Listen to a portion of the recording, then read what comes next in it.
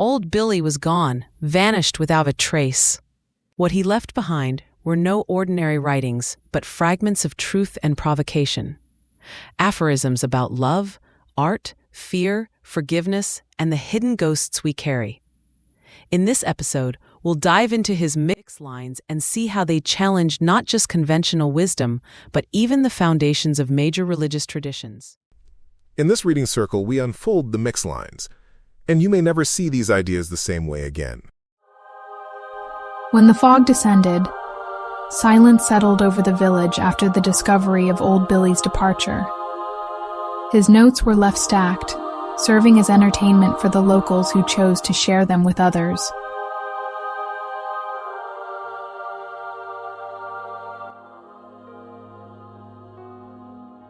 Number 034 Mixed lines. Love.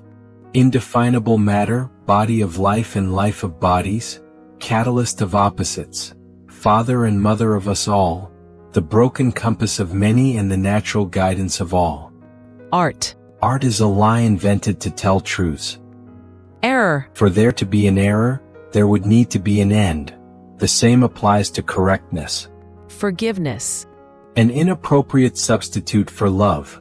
Those who do not know how to love apply the law of forgiveness, which is entirely rational, and it is a dangerous deviation from the fertile life or love that cancels this fallible superiority complex. Guilt. Guilt is the living ghost of a dead past. Fear. Fear is the best place to hide from one's own soul. Rejection. A diamond in the trash is still a diamond.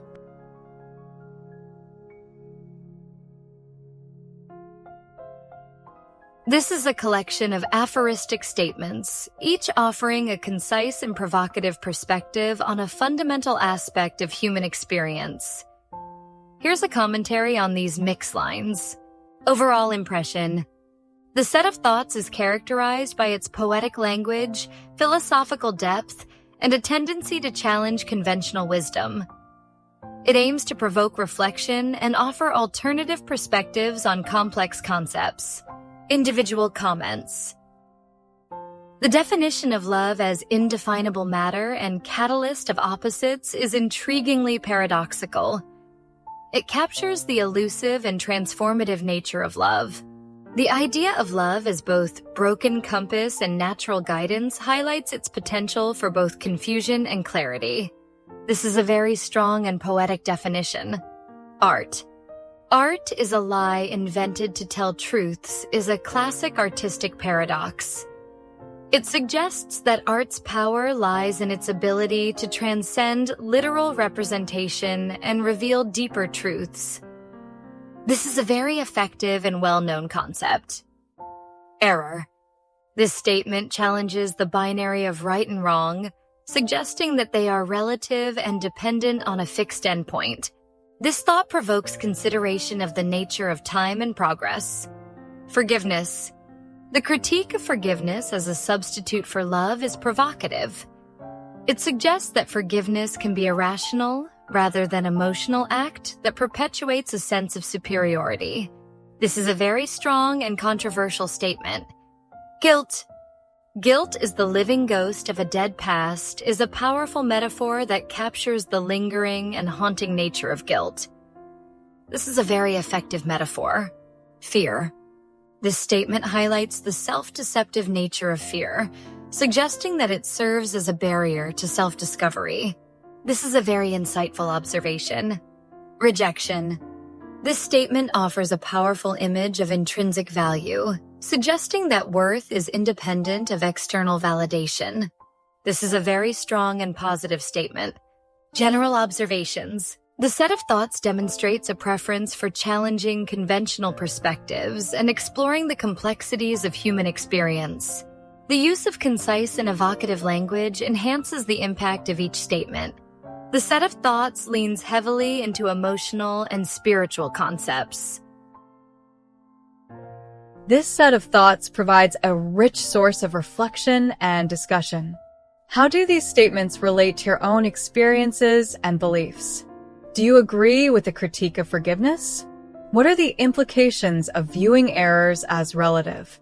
How does the concept of love, as described here, differ from typical societal concepts of love? I feel a natural resonance with what old Billy wrote in this note, but it has always been difficult for me to explain it to people, especially when it comes to forgiveness. I never liked how it places the forgiver in a position of superiority over the forgiven. I think I have some resistance to religious traditions and the way most people use these topics to manipulate the faithful. Could Dr. Ada give us an overview of how the major religious traditions view these ideas? 'Tis my pleasure, Ivy. Old Billy's set of thoughts presents a philosophical and somewhat unconventional perspective, which intersects with religious traditions in some ways but diverges in others. Here's a general assessment of its alignment with major religious traditions. High concordance. Love. Most religious traditions emphasize love as a fundamental force. Christianity describes God as love itself. Buddhism speaks of loving kindness, metta, and Hinduism considers love, bhakti, a path to enlightenment. The idea of love as the essence of life aligns well with these teachings. Many religious traditions use art to convey spiritual truths, such as sacred texts, paintings, architecture, and music. The idea that art is a lie to tell truths could be interpreted as a way to express deeper realities beyond literal perception, aligning with mysticism in various traditions. Guilt. Some religious traditions recognize guilt as an internal burden, but also offer ways to release it through atonement, confession, or redemption. Christianity, Judaism, Islam. The idea of guilt as a ghost of the past aligns with Buddhist and Hindu views, which emphasize non-attachment and transcending past suffering. Moderate concordance. Fear. Many traditions acknowledge fear as a spiritual barrier. Christianity warns against excessive fear, emphasizing trust in God, while Buddhism teaches that fear arises from attachment and illusion.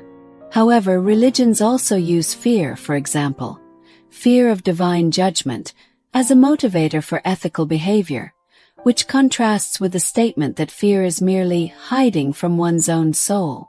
Rejection. The idea that value, like a diamond in the trash, is inherent and unaffected by rejection aligns with religious teachings on human dignity. Christianity, Islam, Hinduism. However, some traditions also emphasize the importance of social belonging and divine acceptance, which complicates the concept. Low concordance. Forgiveness. Most religious traditions see forgiveness as a divine virtue and essential for spiritual growth. The statement that forgiveness is a dangerous deviation challenges traditional views, as Christianity, Islam, and Buddhism emphasize its necessity. The critique of forgiveness as a form of superiority, however, resonates with some mystical interpretations, which emphasize unconditional love over hierarchical moral judgment. Here are some passages as example of low concordance. Christianity. Forgiveness is central. Jesus taught to forgive endlessly. Matthew 18 verses 21 to 22. Islam. God is the most merciful, Ar-Rahman, and believers should seek and offer forgiveness. Buddhism. True forgiveness arises from understanding and detachment. Hinduism. Dharma, righteous duty, includes forgiveness, yet justice also has its place. Many religions acknowledge the idea of sin, karma, or moral responsibility, implying that error has real consequences. The statement that, for an error to exist, there must be an end, challenges traditions that emphasize moral accountability and spiritual correction. Some examples. Christianity. Mistakes are part of the human condition, but grace redeems. Sin is real, but so is salvation. Buddhism. Error is part of samsara, the cycle of suffering, yet all is impermanent, making ultimate error an illusion. Hinduism. Karma dictates that errors have consequences, but wisdom and devotion lead beyond them. Conclusion. Old Billy's set of thoughts aligns closely with spiritual traditions that emphasize love, inner wisdom, and detachment, such as Buddhism and mystical branches of Christianity, Islam, and Hinduism. However, it challenges traditional religious structures regarding forgiveness, sin, and the role of fear. But what about the Judaism? I didn't mention Judaism because I knew that Brian had already researched it. So, Brian, please share what you found with us. Judaism, with its deep philosophical, legal, and mystical traditions, would engage with the original set of thoughts in a nuanced way. Here's how Jewish thought might relate to each concept. Love. In Judaism, ahava, love, is central, particularly in the relationship between people. Love your neighbor as yourself, Leviticus 19:18, and between humanity and God. The idea of love as a guiding force aligns well with Jewish thought, especially within Kabbalah, where divine love is seen as the energy that sustains existence. However, love in Judaism is often intertwined with duty and ethical responsibility, rather than being purely an undefined or chaotic force. Art.